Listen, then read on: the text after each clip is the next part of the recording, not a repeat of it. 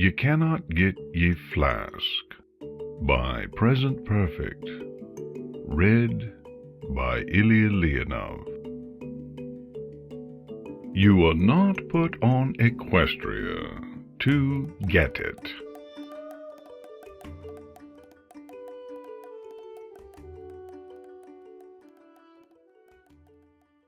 Remember when Lemonhearts got her head stuck in that beaker? Those 11 innocent words, spoken with a laugh by Minuet, were all it took for Twilight Sparkle to recall the scene. Sure, her nose had been buried in a book at the time, but it had been hard not to notice a yellow filly running around with her head jammed all the way inside a glass beaker, no matter how hard she may have tried at the time. But wait, it wasn't a beaker. No, as Twilight recalled, it was actually an Erlenmeyer flask that Lemonhearts had run afoul of. The distinct flaring was unmistakable to her mind's eye. Beakers possessed a constant diameter all the way down. In fact, had Lemonhearts gotten her head into one, it likely would have been no trouble to get it back out. Twilight wondered for a second how Lemonhearts had been extricated. She must not have been present for that.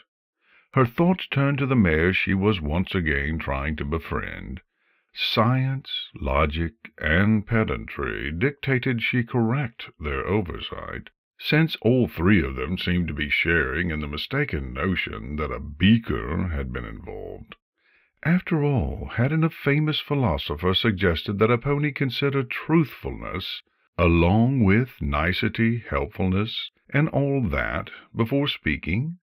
When it came to statements, rightness was tantamount to kindness, at least as far as certain thinkers were concerned.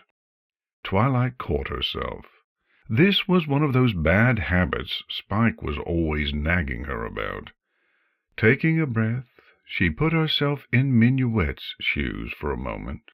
Twilight couldn't be sure what it was Minuet did, per se, as the day's conversation had yet to turn to discussion of occupations, but scientific research was likely not a part of it.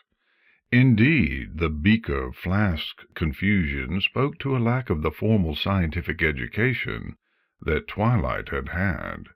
Mistaking a flask for a beaker was, she had to admit, a perfectly reasonable thing for a non-science-oriented pony to do. What was a beaker to a lay pony, really?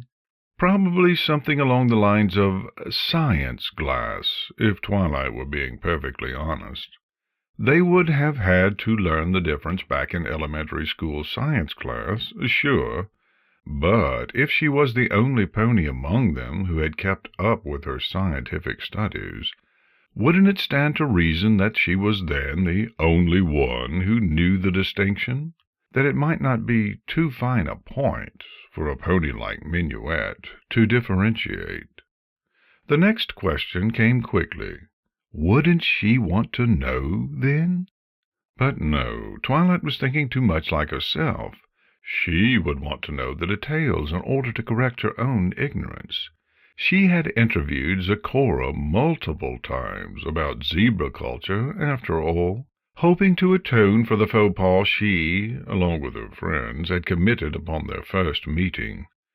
But Minuet, for all that Twilight had reacquainted herself with the mare for the last few hours, was definitely not Twilight Sparkle. And it was worth considering that a correction could be unwanted, leading perhaps to embarrassment or hurt feelings. Thinking of Zecora reminded Twilight of another philosopher. Well, a psychologist, really, a griffin, Gerard the Gilded. He had postulated that all thinking creatures shared two very basic psychological needs, the need to be liked and the need to be right. And while Twilight herself had met many a creature who made her question that notion, a certain dragon for one, a certain centaur for another, she nevertheless agreed that it served as a basis for approaching other cultures. Culture changed the definition of right without removing either of those needs.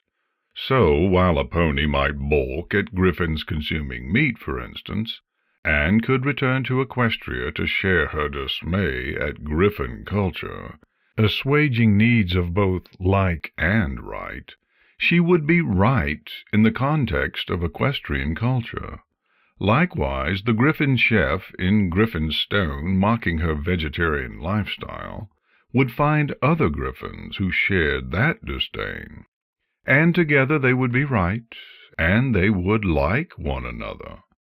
It was a highly useful mental tool for working past ethnocentrism while dealing with other cultures, and she made a mental note to keep it in the forefront of her mind, as her princess duties involved more and more diplomacy.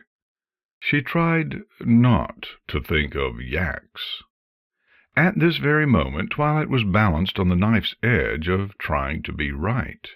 She wanted to intercede in the memory being shared among her three old friends, to show that she knew more, to help them learn. But she couldn't shake the notion that such help was rather condescending. Wouldn't it just be showing off? They already knew she was smart. They'd always known. She wasn't going to impress them by imparting the specifications that defined beakers and flasks as two very different subsets of glassware. Instead, by being a pedantic, condescending know-it-all, she risked sabotaging the primary goal that had driven her to Canterlot: remake some friends. That need to be liked would be thrown to the wayside, and for what? This was no high-minded moral conundrum, where she might become disgusted by her company, argue from a point of righteousness, go home and find solace with those who shared her beliefs. This was about a beaker, and a beaker was not worth losing her chance to reunite with these three ponies. Besides, one portion of the memory had resurfaced, and Twilight found herself with even more concerning angles to consider. Whatever happened to Moondancer? Moondancer? Lemon Hearts asked. Yeah, Twilight said, with a weak smile. You know, our other friend? The friend whom she had completely forgotten about, just like these three. The friend to whom as a filly she had been awfully pedantic toward. She had ignored that friend and her needs in favor of showing off how much she knew about chemistry. Granted, it was but a single slight that had happened years ago. With any luck, Moondancer was just like these three, living a carefree life, and would be happy to see Twilight once again. But it was stuff for consideration in her future travails as the Princess of Friendship. As this trip had already demonstrated, Twilight had rested far too easily on her laurels. She had a lot yet to learn. Yes, the beaker thing still bothered her, but for now Twilight held her tongue and concentrated on these new old friends. When she got home, she would write "Erlenmeyer flasks are not beakers" on the chalkboard in her castle until her horn hurt. Nothing made her feel like she had some control over the world, quite like repeating true statements in the face of ignorance.